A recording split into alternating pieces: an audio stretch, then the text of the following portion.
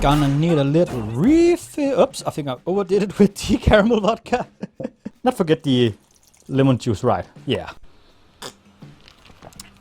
Yes, I definitely overdid it with the caramel vodka. We're back. It's day 18 of my horror movie recommendation series, and today I'm recommending The Exorcist Part 3. Now I know we can all agree that the first Exorcist movie is a classic, and I also know we can all agree that the second one is a piece of crap. But the third one is a masterpiece that just surpasses the original, in my opinion at least. Don't get mad at me.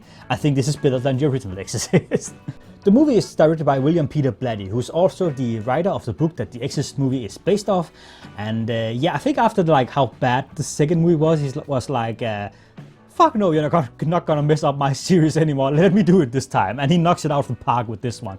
It is like one of my absolute favorite horror movies. I think if I have to make a top 20 list of horror movies of all time, this is definitely like getting a spot on that.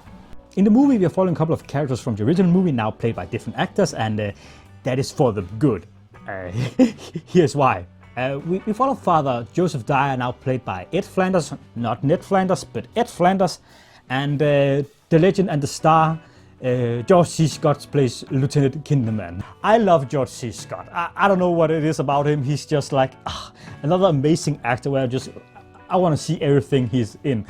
His like meltdowns in movies are like legendary, and I just love to see him in like anything. That man is a treasure.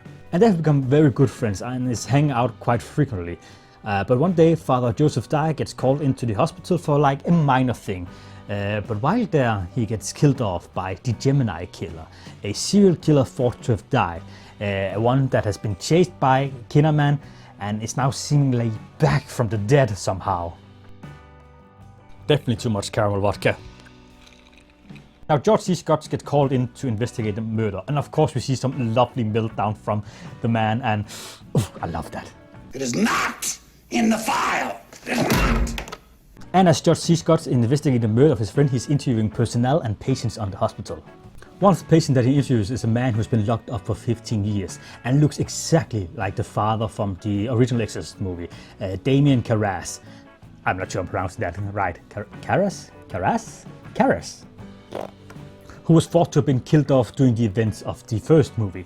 And this is one of the weird things in the movie that's probably not like explained, but if you like watch it, it makes sense, because he's both played by the original actor from the first movie, Jason Miller, but he's also played by Brad Dourif, you know, the guy who played Chucky. And I think that's a way to like show that George C. Scott see him as Jason Miller, the father from the first movie, and Brad Dourif is like the guy who has possessed him. So we see him like more than we see the original actor. And that is for the better, because Brad Dourif delivers like an Oscar-level performance in this movie. I don't think I've seen anything so great in a horror movie on like an acting level. He is amazing. Like, why are not enough people like talking about Brad Dourif as a great actor? Like, I know a lot of people like just mention him as like Chucky. I did it myself like a few seconds ago, but still. He is amazing in this movie, like chills when I watched it the first time. Is the torment of your friend, Father Karras, as he watches while I rip and cut and mutilate the innocent, his friends, and again, and on and on. He is inside with us. He will never get away. His pain won't end! Now with the Blu-ray version I got, there are like two cuts of the movie. There's the theatrical cut and the Legion cut, which is technically the director's cut. And I think this is one of those rare cases where I actually prefer the theatrical cut. There are some scenes in the Legion cut where it makes the movie make a little more sense, because they have been cut like a few seconds or a minute from some scenes where you're like, what was that about? That seems weird. Why did it cut like that? And they add that into the Legion cut, which makes that better in that way. Problem is, the ending is in the Legion cut. I'm not going to spoil it.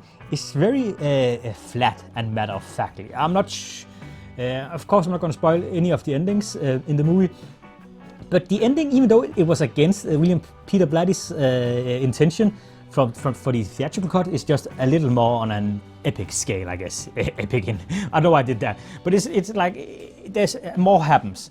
And while it's not like how he intended, I feel like the original ending just made the movie feel, as I said, very flat. So and just make the ending seem a little hollow.